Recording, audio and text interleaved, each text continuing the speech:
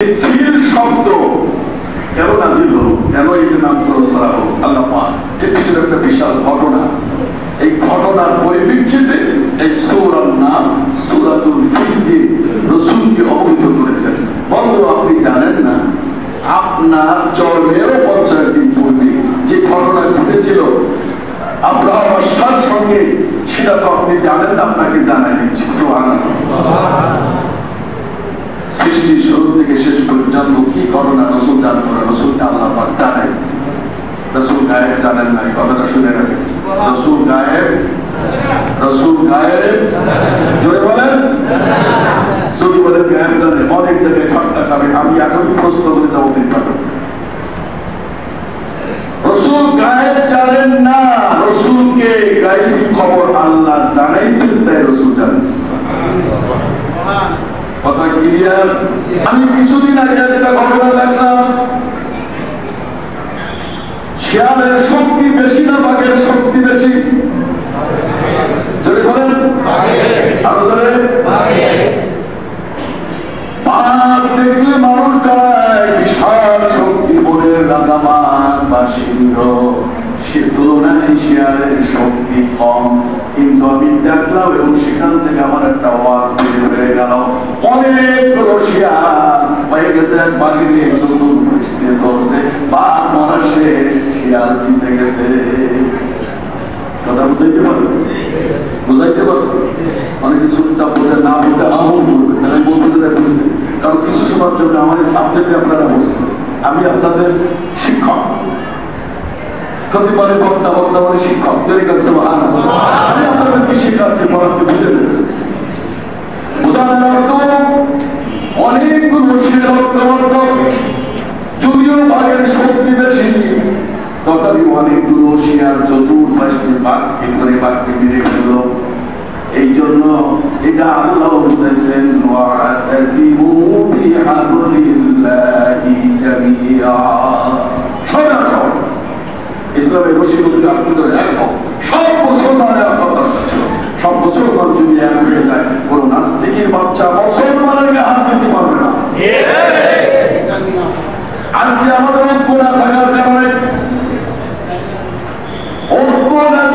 কারণে পাখির মতন মুসলমানদের হত্যা করা হচ্ছে। আমরা তাকিয়ে দেখছি আর নলিখন খাচ্ছি, কোন টেনশন নেই, চিন্তা নেই। মুসলমানের ভিতরে মহব্বত না।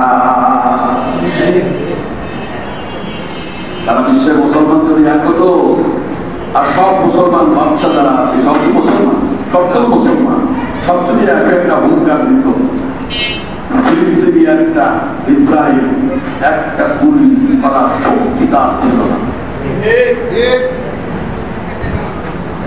তাহলে আমাদের আন্দোলন আগে প্রথম নম্বরের আন্দোলন হবে সব মুসলমান এখন, বিশ্বের মুসলিম এখন। নাস্তিকরা এমনি মাথা নত করবে, যতক্ষণ পর্যন্ত মুসলমান এক হবে না, কোন নাস্তিক মুসলমানদেরকে ডরাইবে না।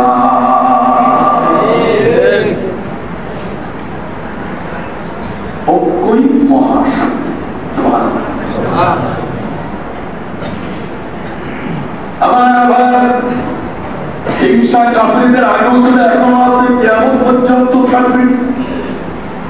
সব মুসলমানরা মক্কাতুল মুকাররমায় যায়, আল্লাহর দোয়া করে, আমার সম্মানের বস্তু, বিশাল আমলপূর্ণ জায়গা। যখন এইটা হজ হয় নাই, হজ এখানে হজ করার হুকুম হয় নাই, তখন এই কাবা ঘর ছিল পবিত্র ঘর, তখন এটাকে পবিত্র ঘর।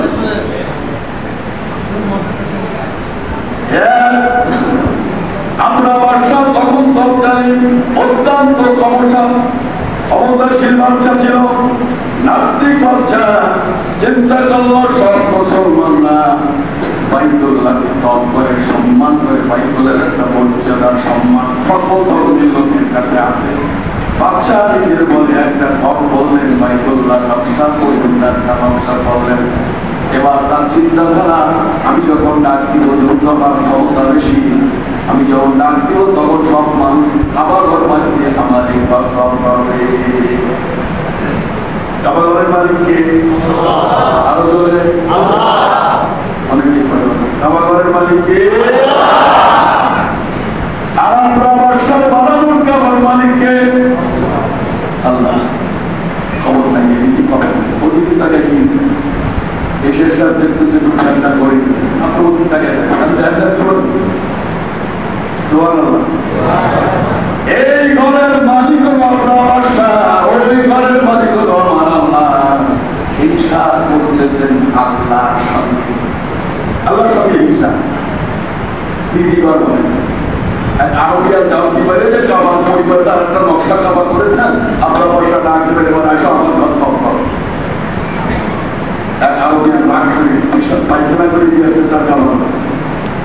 এই কথা বাচ্চার কানে চলে গেছে যে আমার বানানো কাবার ভিতরে আরবরা পায়খানা করে অপমান করছে, আরবদের কাবা কথা কি ভালো।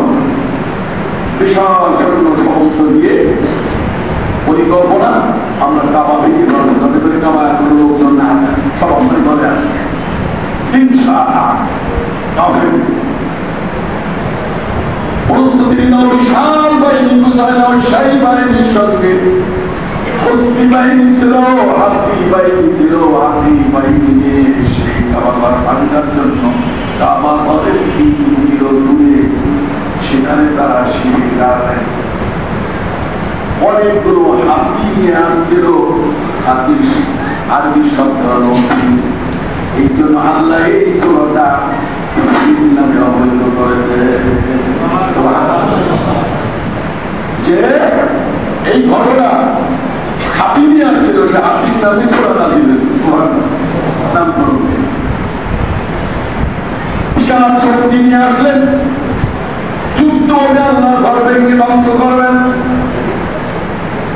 আল্লাহ রাব্বুল আলামিন ওই ঘরের মালিক মোতওয়াল্লি রক্ষণাবেক্ষণের দায়িত্ব ছিলেন, দেখাশোনার দায়িত্ব ছিলেন হুজুরের দাদা আব্দুল মুত্তালিব। তখন কুরাইশ বংশের নেতা ছিলেন, উনি ছিলেন নেতা এবং পরিবারের দেখাশোনার দায়িত্ব মোতওয়াল্লির দায়িত্ব ছিল হুজুরের দাদা।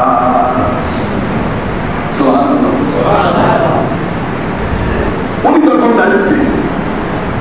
হঠাৎ করে ওনার 200 আমরা বাদশাহ সৈন্যের সমন্তরা 200 উট ধরে নিয়ে গেছে। 200 উট ধরে নিয়ে গেছে। এই খবর আব্দুল মুত্তালিব পেয়ে উঠে প্রতিদিন বের হয়ে গেলেন। আর আমরা বাদশাহ জানতেন এই ঘরে রক্ষণাবেক্ষণা করতেছেন আব্দুল মুত্তালিব, কুরাইশদের নেতা। তিনি গেছেন, তার 200 উট ধরে নিয়ে গেছে। আমরা যাওয়ার পরে সব লোক বলতেছেন আমরা যার বিরুদ্ধে যুদ্ধ করবো সে তো আমাদের কাফেলায় আছে। তাদের ভাবনা ছিল আব্দুল মুত্তালিবের বিরুদ্ধে যুদ্ধ করবো। আব্দুল মুত্তালিব বাদশার কাছে গেলেন, কি ব্যাপার, আপনি আসলেন, কি হয়েছে? আমি শুনতে পাচ্ছি আপনার লোকজন আমার 200 উট ধরে নিয়ে আসছে, 200 উট ছেড়ে দেবে, 200 উটই ধরে নিয়ে আসছে। আপনার বাদশাহ থেকে প্রশ্ন করেন 200 উটের জন্য আপনি বাদর করা হয়ে এখানে আপনি আসছেন, কিন্তু আপনি কি জানেন না আপনার কাবার ভাঙার জন্য আমরা বিশাল বাহিনী আছি, আপনার ঘর বিভিন্ন উৎসব করে মতো। এটা কি কোনো মাথায় আপনার টেনশন চিন্তা আছে কিনা? তিনি বললেন না, মোটেও চিন্তা আমার নাই, আপনারা ভাঙবেন ভাঙবেন তাতে কোনো আপত্তি নাই, কিন্তু আমার 200 ছেড়ে দেয়,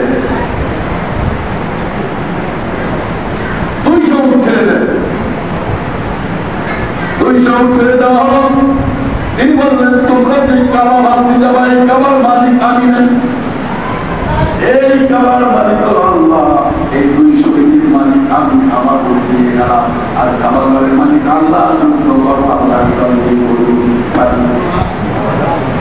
আয়ো, যুদ্ধ করতে আসো। তাকে দিবে আল্লাহ, তাকে না বললে আল্লাহ ঘর এবং আমার কি হলো, আমার পাইছি খুশি। কাবার ঘরের মালিক কি আব্দুল মুত্তালিব ছিল? কাবার ঘরের মালিক কে ধরে বলেন আল্লাহ রাব্বুল আলামিনের পথে যখন সব ভরসা আব্দুল মুত্তালিবের আল্লাহ বলে যুদ্ধ করতে আসছে, কাবা ঘরের মালিক হলো আল্লাহ, আমার পায়ে ভাঙার জন্য আপনার বাসায় আসতেছে, মোকাবেলা আমারই করা লাগবে। আল্লাহ আমাদের মাটি কোথায়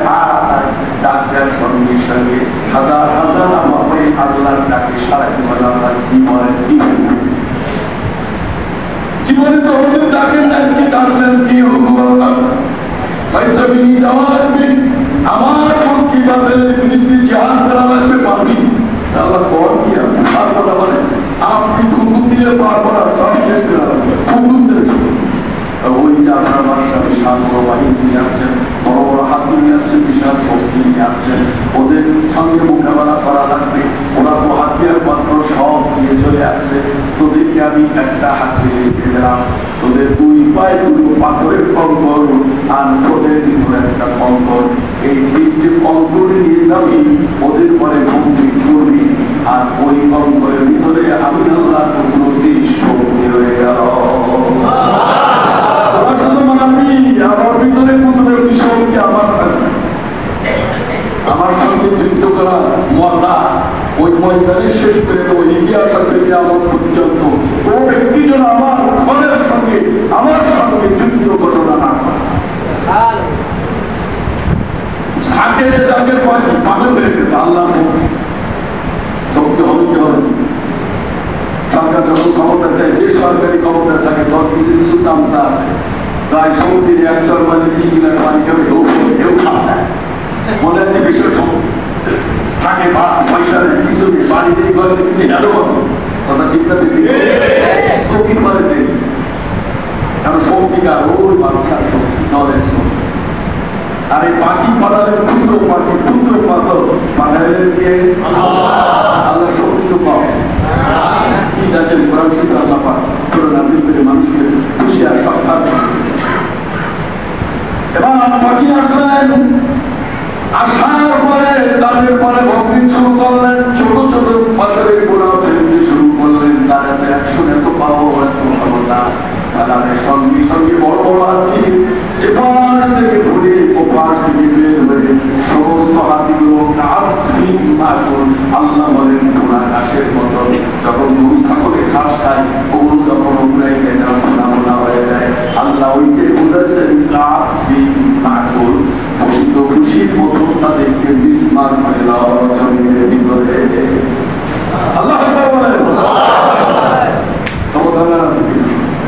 আল্লাহ বলেন ওই ঘর বায়ু করার সৌশীল রক্ষা করার মালিক আল্লাহ। এই ঘরে যারা হাত দেবে আল্লাহর সঙ্গে যুদ্ধ হবে। আল্লাহ বলেন এই শায়েস্তা আমি আল্লাহ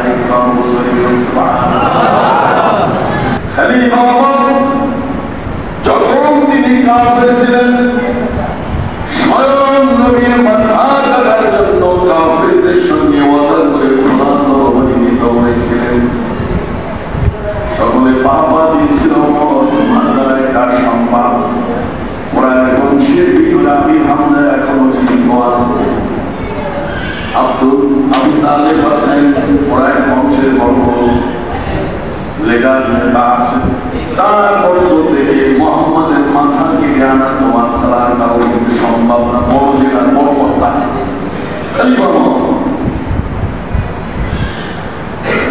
এত বড় কাফির স্বয়ং নবীর মাথা কাটতে আসছে। নবীর সঙ্গে যুদ্ধ করা মানে আল্লাহর সঙ্গে যুদ্ধ করা। নবীরা লক্ষণ রাসূল দিয়েছেন, নবী বানিয়েছেন কে?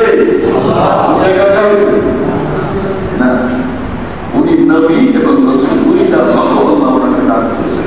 স্পেশাল সুবহানাল্লাহ। তাহলে যুদ্ধটা আল্লাহর সঙ্গে হবে। আল্লাহ মনোনীত বান্দার মাথা কাটার জন্য খলিফা করেছেন। এই সাইকেল সরকারি বড় সাহসী বড় কাফের আর কেউ ছিল না। করোনা করোনা হেদায়েতের মালিক আল্লাহ। হেদায়েতের মালিক কে? খারাপকে ভালো বানায় দিতে পারে না, ভুল জিনিস। এই জন্য আমি অনেক সময় বলি একটা মানুষ জান্নাতি হওয়া, আল্লাহর ওলি হওয়া, আল্লাহর খাস পেয়ারা বান্দা হতে সময় লাগে না। এক সেকেন্ডে একটা মানুষ আল্লাহর খাস পেয়ারা বান্দা হয়ে যায়, আল্লাহর ওলি হয়ে যায়। আমার কাফির হইতে সময় লাগে না, যেমন আল্লাহর খাস বান্দা হইতে ওলি হইতে সময় লাগে না। এক সেকেন্ডে হওয়া যায়, তেমনি ভাবে কাফির হলে এক সেকেন্ডে হওয়া যায়। আল্লাহকে যারা মেনে নিয়েছেন, কোরআন যারা মেনে নিয়েছেন, নবীকে যারা মেনে নিয়েছেন এবং সেই মতের মধ্যে যারা চলবে নিয়ে তুলেছেন, সঙ্গে সঙ্গে তার নাম নামটা আল্লাহ বলি দপ্তরে লেখা। এখনই নিয়ে করে জীবনে গুণা করেছি, পাপ করেছি, অন্যায় করেছি, আর করবো না। আপনি আল্লাহ বলি আল্লাহ আর করবেন সবাই থেকে কথা বলবো। আমি অন্যায় প্রচার করেছি, পাপ করেছি, জুলুম করেছি, আর করবো না। এই কথাটা স্বীকার করতে 2 ঘন্টা লাগবে, 1 সেকেন্ড। এখনই দিয়ে বলে এখন আপনার নাম অধিকতম করে লিখতে হবে, মারা গেলে শহীদের বুখারী প্রথম নম্বর হাদিস হলো ইন্নামাল আমালু বিন্নিয়াত। সুবহানাল্লাহ। আল্লাহ বিধান অত্যন্ত সহজ, অত্যন্ত ভালো কাজ যে কোনো কাজ করবো আল্লাহ পাক দেখবেন, তার নিয়ত কাজ করবো দেখবেন না, দেখবেন যে বান্দা নিয়তটা সহি আছে। সে তার নামাজ, সে তার কুরবানি, সে তার জিকির, সে তার ইবাদত বন্দেগী যা কিছু আছে, এর পিছনে বান্দার উদ্দেশ্যটা কি?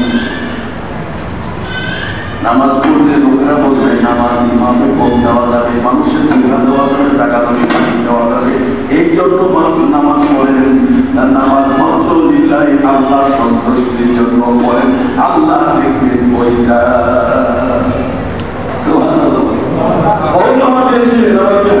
মানুষকে ধোঁকা দিচ্ছে, দেয় কি দেয় না? আমাদের একটা সাইনবোর্ড ছোট লাগছে, রোজা কি জন্য রাখছেন? সারাদিন না খেয়ে থাকে, যাতে আগের মানুষ বলতো যে রোজা রাখবে গরিব মানুষ, খাওয়া টোন পায় না, এটা রোজা রাখছে, গরিব মানুষের রোজা আছে। আমরা বুঝতাম তাই, তখন ছোট ছিলাম, বুঝি নাই। এখন বুঝছি না, দুনিয়ার গরিব না, রোজা আল্লাহর খুব খরচ রাখতে হবে। সর্বত্র দুনিয়ার গরিবের সঙ্গে, অর্থের সঙ্গে, রোজার সঙ্গে সম্পর্ক না। কথা ঠিক আছে তো? কি বলেন? রোজা কি অর্থের সঙ্গে? নামাজ কি অর্থের সঙ্গে?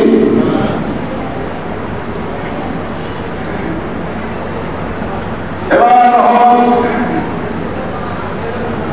বহু লোকে হজ করেছে, হজ করে, হজ করার আগেও যে আমল, হজ করে আসার পরেও সে আমল, অর্থাৎ হজের আগেও বান্দা নবী সারা বিশ্ব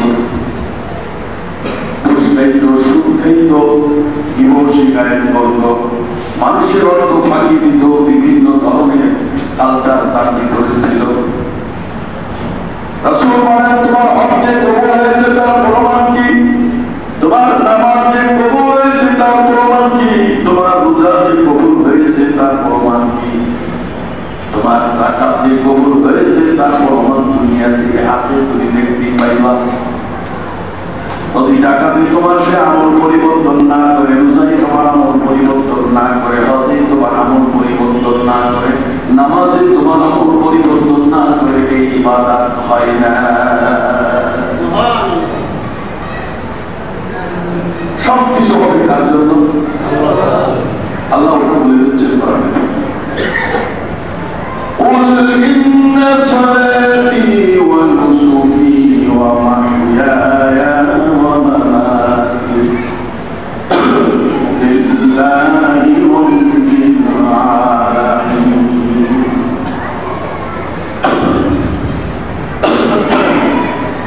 আল্লাহ বলছেন, তোমার নামাজ, রোজা, কুরবানি সবকিছু ইবাদত হবে আমি আল্লাহ। কার জন্য হবে? জোরে বলেন, আল্লাহ। মানুষ দেখানোর জন্য না, আর নিজের সততা মানুষের সামনে প্রকাশের জন্য না। ইবাদত হবে লিল্লাহি রাব্বিল আলামিন, আল্লাহর জন্য হতে হবে। আল্লাহ বলেন, বিশাল গরু তুমি কোরবানি করলে আমি গরু দেখবো না, বিশাল গরু দেখবো না, টাকা দেখবো না, কিছুই দেখবো না, দেখবো শুধু তোমার ভিতরে বান্দার কি তাকওয়া ছিল। তুমি এই কোরবানিটা আমি আল্লাহর সন্তুষ্টির জন্য দিচ্ছ, তাই এর ভিতরে তোমার কোনো স্বার্থ আছে, তোমার কোনো অহংকার আছে।